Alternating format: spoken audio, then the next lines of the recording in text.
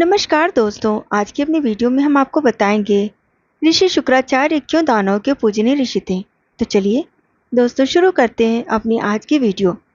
असुराचार्य भृगु ऋषि तथा हिरण्यकश्यप की पुत्री दिव्या के पुत्र जो शुक्राचार्य के नाम से अधिक विख्यात हुए। इनका जन्म का नाम शुक्र उष्णस था। पुराणों के अनुसार ये दैत्यों के गुरु तथा पुरोहित थे। कहते हैं कि भगवान के वामन अवतार में 3 पग भूमि प्राप्त करने के समय यह राजा बलि की सुराही के मुख में जाकर बैठ गए थे और राजा बलि द्वारा दुर्भाग्र अर्थात कुश से सुराही को साफ करने की क्रिया में इनकी एक आंख फूट गई थी, इसलिए यह एकाक्ष भी कहे जाते थे। मत्स्य पुराण के अनुसार आरंभ में इन्होंने अंगिरस ऋषि के शिष्य बनकर शिक्षा लेने के लिए उनके आश्रम में गए। अंगिरस ऋषि द्वारा अपने पुत्र बृहस्पति पर ज्यादा ध्यान देने पर वह निराश होकर लौट आए। शुक्राचार्य ने शिव जी की आराधना कर भगवान शंकर से मृत संजीवनी विद्या प्राप्त की, जिसके प्रयोग से उन्हें युद्ध में मृत्यु होने पर मृत योद्धा को पुनः जीवित करने की शक्ति प्राप्त थी। इसी कारण देवासुर संग्राम में असुर अनेक बार जीते।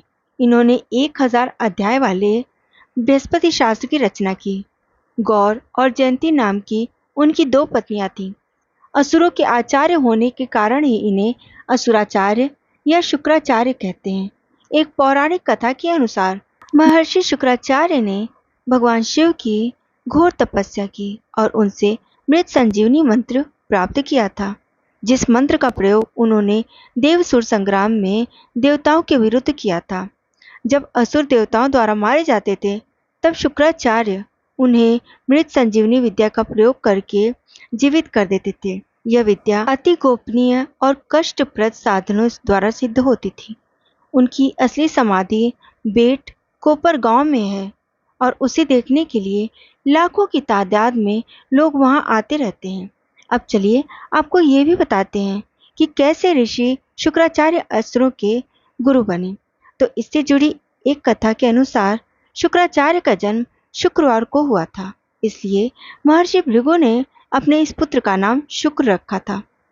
जब शुक्र थोड़े बड़े हुए तो उनके पिता ने उन्हें ब्रह्म ऋषि अंगिरस के पास शिक्षा लेने के लिए भेज दिया।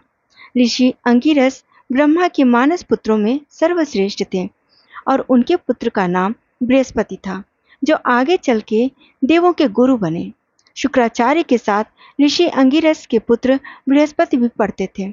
ऐसा माना जाता है कि शुक्राचार्य की बुद्धि बृहस्पति की तुलना में कुशाग्र थी, लेकिन फिर भी बृहस्पति को अंगिरस ऋषि ने पुत्र होने की वजह से ज्यादा अच्छी तरह से शिक्षा दी, जिसके चलते एक दिन ऋषि शुक्राचार्य ईर्ष्यावश उस आश्रम को छोड़कर गौतम ऋषि के यहाँ जाकर विद्यादान की प्रार्थना करने लगे।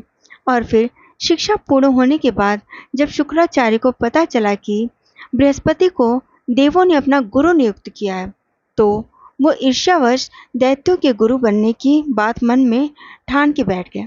परंतु उसमें सबसे बड़ी बाधा दैत्यों को देवों के हाथों हमेशा मिलने वाली पराजय थी।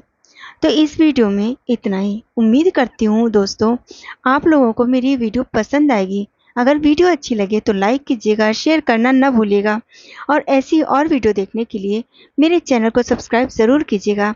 जय हिंद, जय भारत।